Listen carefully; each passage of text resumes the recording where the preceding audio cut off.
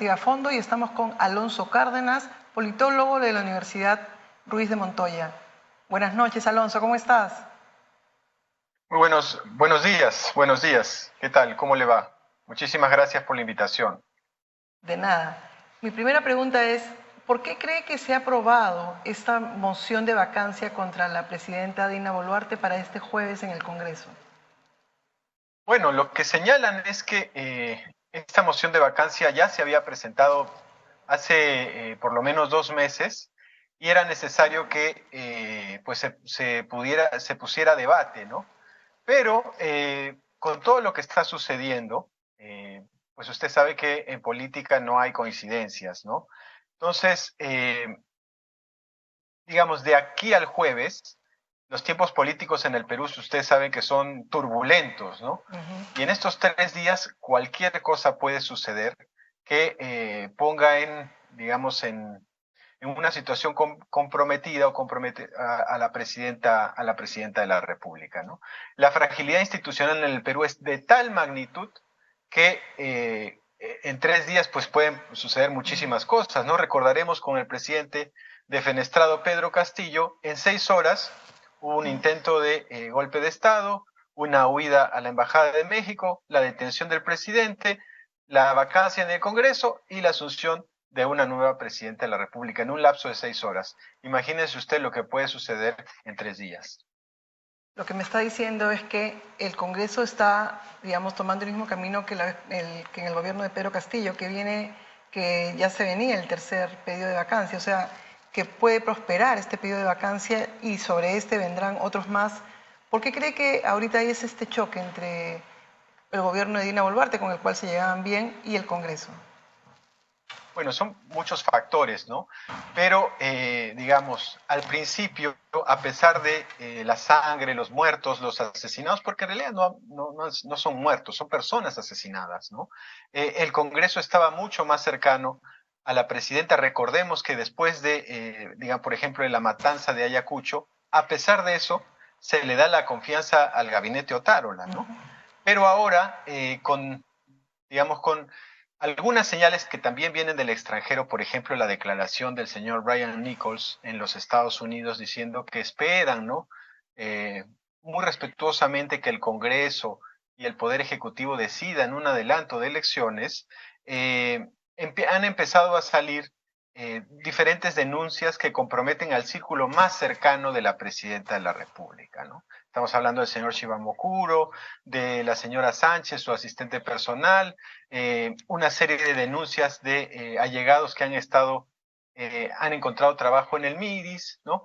Entonces, como que estamos en una situación que yo definiría como que las dos peores caras de la segunda vuelta. Es decir, el desorden, la poca preparación, la improvisación, ¿no? Que hay, digamos, situaciones que salpican de corrupción a la máxima autoridad, por un lado, que se veía con el presidente Castillo, y por otro lado, la represión, ¿no? El autoritarismo que se esperaba de un gobierno de Keiko Fujimori, ¿no? Entonces, pues estamos digamos, en las dos peores versiones de los dos candidatos que pasaron a la segunda vuelta, ¿no? La popularidad de la presidenta Dina Boluarte se ha mantenido, digamos, en esta baja, está en 71% según la última encuesta del IEP. ¿Y por qué cree que el tratamiento de las lluvias y de la tragedia nuevamente de este niño costero no ha traído no ha sumado a la popularidad de la presidenta, tal y como pasó con Pedro Pablo Kuczynski en el año 2017? ¿Qué ha pasado que aquí no hubo clic? Bueno, lo que sucede se podría resumir en una sola palabra, ¿no? Gestión. Cuando fue el niño costero del año 2017 bajo el mandato de Pedro Pablo Kuczynski, sí se vio gestión. El ejército, las Fuerzas Armadas, ¿no? La Policía Nacional, el liderazgo que en esa época tenía el ministro de Defensa, el señor Jorge Nieto, ¿no? Se veía gestión, se veía compromiso, se veía algo de planificación, ¿no?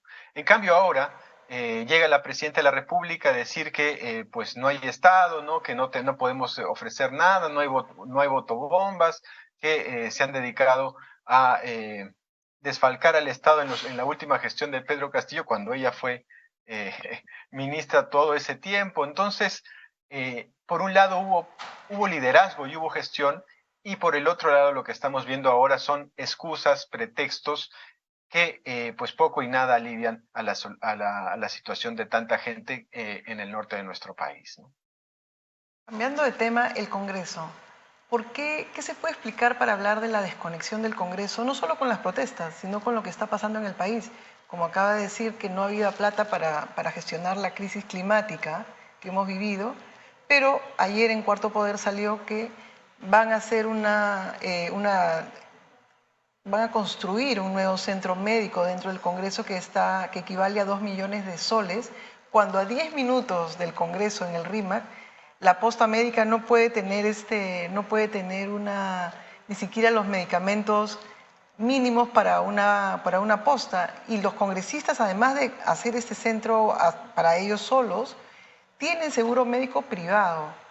¿Por qué explica? ¿Hay algo que explique esa desconexión que ya no se entiende? Realmente ya no se entiende. Bueno, para entender esta situación yo creo que habría que retroceder hasta los años 90, ¿no? ¿Por qué? Porque en los años 90 se instauró en el Perú una situación que se llama la democracia sin partidos. Es decir, el presidente hablaba directamente con la población y se satanizó, se barrió, se aniquiló lo poco que quedaba del sistema de partidos en el Perú. Y esa situación, la democracia sin partidos, es decir, vientres de alquiler, cascarones vacíos, ¿no? Que ha caracterizado a nuestra clase política, es lo que explica esta desconexión gigantesca, ¿no? Hasta grosera, ¿no? Que hay entre gobernantes y gobernados específicamente en el Congreso. ¿Por qué? Porque es un fenómeno que venimos arrastrando desde Toledo, del señor Ollantumala, Alan García. Es la misma situación. ¿Por qué? Porque no hemos consolidado un sistema de partidos mínimamente cuajado. Recordaremos que en el Perú, pues, es casi una sentencia de muerte llegar a la presidencia de la República, no para los partidos políticos me refiero, porque una vez que ejerces la primera magistratura, a la próxima elección desapareces. Dígase Perú Posible, el APRA, Peruanos por el Cambio, el Partido Nacionalista y probablemente Perú Libre. Es decir, es una situación de tal fragilidad, de tal precariedad del sistema de partidos que, digamos, por ejemplo, por ponerle un ejemplo, ¿no?